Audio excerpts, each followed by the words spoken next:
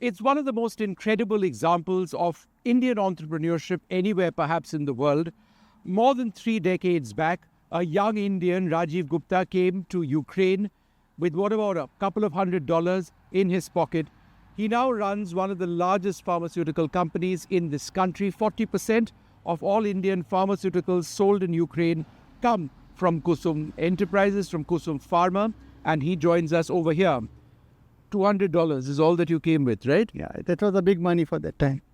It's still big money now. But that said, you now employ 1,000 odd people in this country, and you continue to operate despite the war. How difficult has it been? It was a bit difficult initially, but if you see the courage of local people, you feel like, no, you can continue. Why not? And you employ how many people over here? 1,100.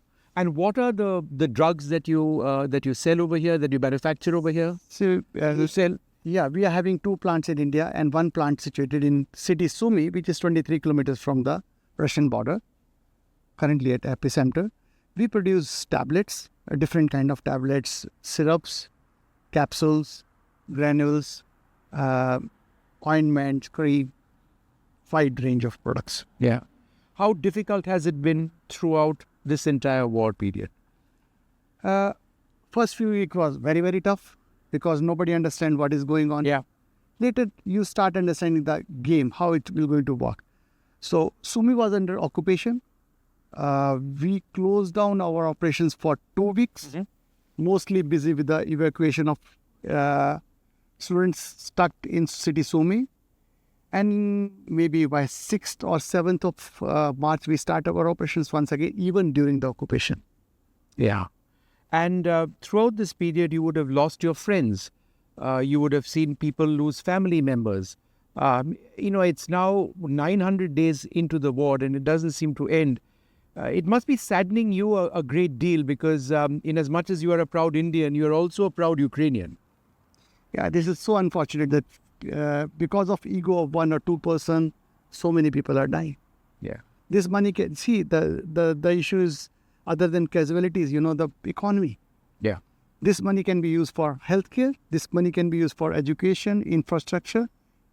By this money, you can improve the quality of life of common man. Yeah. This is more important, I think, than any war. You were telling me something quite pertinent, the impact of sanctions Yeah. on business. For the layperson, how has that impacted, for example, you?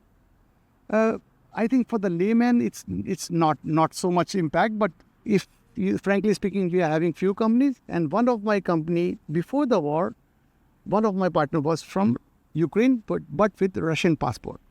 So our account got freeze, but after too many interrogations, my account was defreezed. It caused little bit of harassment, kind of mental. Still, court is doing the proceedings. Hope for the justice. I believe in anti-corruption court of Ukraine, and hope that verdict will be in our favor. Otherwise, this will be a very, very bad message to all investors, not only from India, but from the worldwide. Yeah. Investment, see, sanctions, if you implement in a wrong way, it gives a wrong message. It's a very dangerous tool. We've seen the Indian community over here, by which I mean students, of course, leave en masse a couple of years back. You helped out in that process. There's a small Indian community in Kiev as well, right? Did they all stay behind or have they all gone back? I think maybe up to 10 families left behind it. And how many families were there earlier? More than 500 people. Yeah. But currently, I think maybe up to 20 people are living in Ukraine. It's a bit, you have to get used to sirens, air attacks, alerts, What does that feel like? Because I'm coming over here after 2 years, and the first thing I heard as we drove into, as our train came into Kiev, was an air raid siren. The train stopped for a few moments, then carried on going.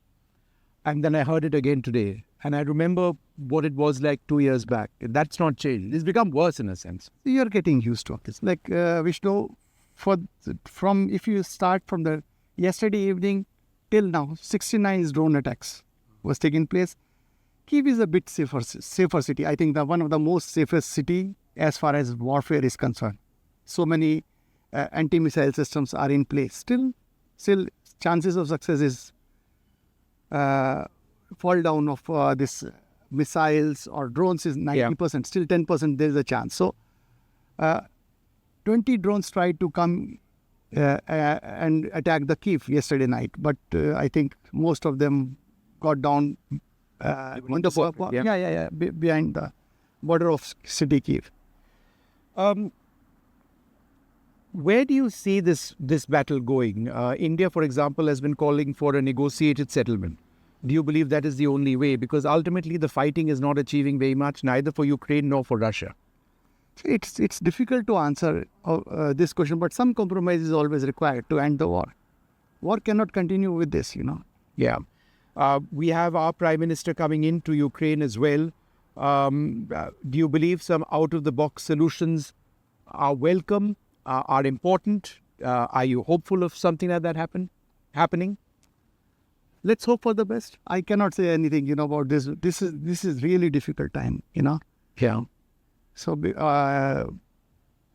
let's hope that something will come out of this visit. Right.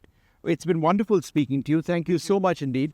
There you have it, Rajeev Gupta, an entrepreneur over here for so many decades, doing incredible work in the pharma industry. These medicines go to save lives at a time when routes into and out of Ukraine are so very difficult, even within the country, to ensure that basic medicines reach the right people. It's saving lives in a very direct way. Thanks very much. Thank you for speaking to us. Thank you very much. Indeed. Thank you.